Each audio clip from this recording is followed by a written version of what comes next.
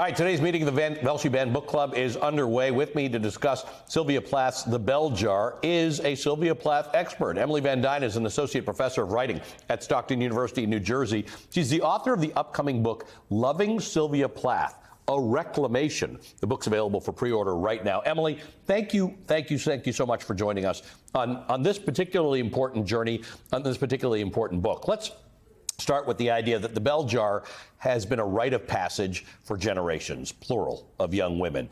Tell me why this book resonates so much the way it does decades after publication.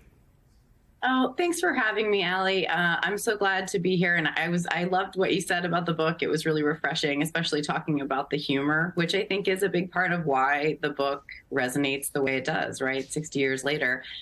In fact, I recommended it for my mother's book club 2 summers ago. Oh, wow. And yeah, and they were like, it's so funny, right? They couldn't stop laughing about the satire and the dark humor. And they were just kind of really amazed by the fact that they had been led to believe for, a long time, they're all reading people, that Plath was just this kind of gloom and doom, depressive. And then, in fact, she's telling this very funny story. And it is a serious story, right? It is a story about a breakdown and a suicide attempt and recovery. But the reason the book, I think, works so well is because it tells that with such dark honesty. And Plath is able to see the humor and also to make fun of herself. And in fact, she wrote letters at the time that she was reading the proofs of the book right before it went out for publication. And she said, like, it's so funny, I just laugh all day. And at the time her marriage was falling apart. And she said, reading the proof saved me that day. Oh, wow. So, yeah. The author, Meg Wolitzer, wrote an article for Time magazine on The Bell Jar, and the article was entitled My Debt to Sylvia Plath, in which she writes, for research purposes, I read Plath again, but now, instead of responding only to the young narrator's detachment and despair as I had long ago, I also found myself, to my surprise, responding to the woman Sylvia Plath would never become, end quote. Yeah. Now, that's sad, but how do you respond to that? What do you make of that? I think we've all had that thought. I think we're kind of trained as academics not to sort of imagine what might have been. But I know for myself, because I had a similar experience to Wolitzer, I read the book for the first time when I was 14 years old, and I thought, oh, this is so strange and sad. And then I read it again as a 17-year-old, and I was struggling with depression at the time. And then I felt like Plath was kind of telling my story, but I still didn't really quite see the humor and the broad satire, and also the critique of society, particularly of the way that society was misogynistic and gendered and structured to do harm to women in many ways in the 1950s.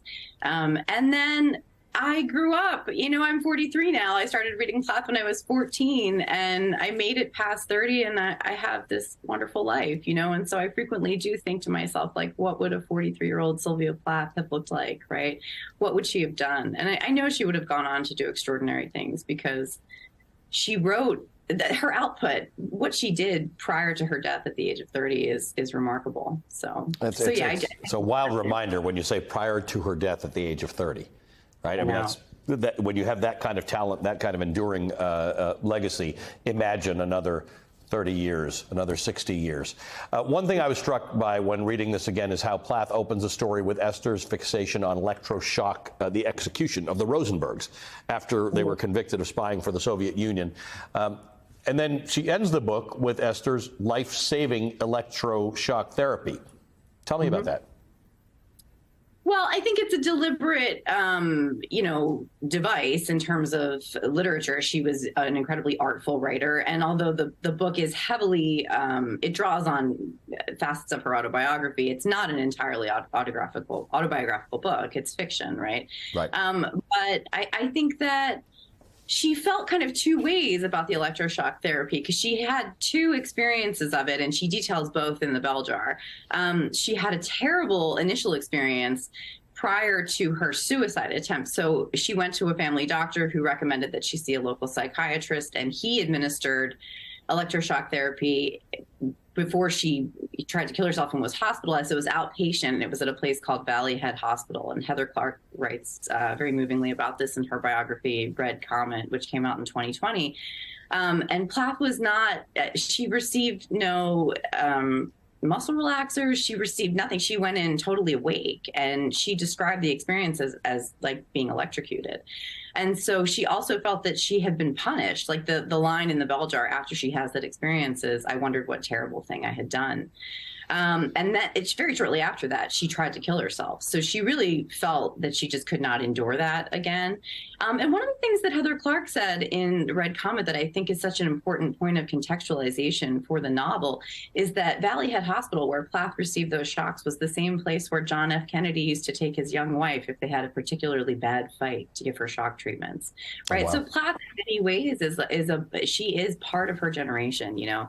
And so to read again the book is just like this sort of sad, gloomy story, ignores all of that extraordinary social and historical context.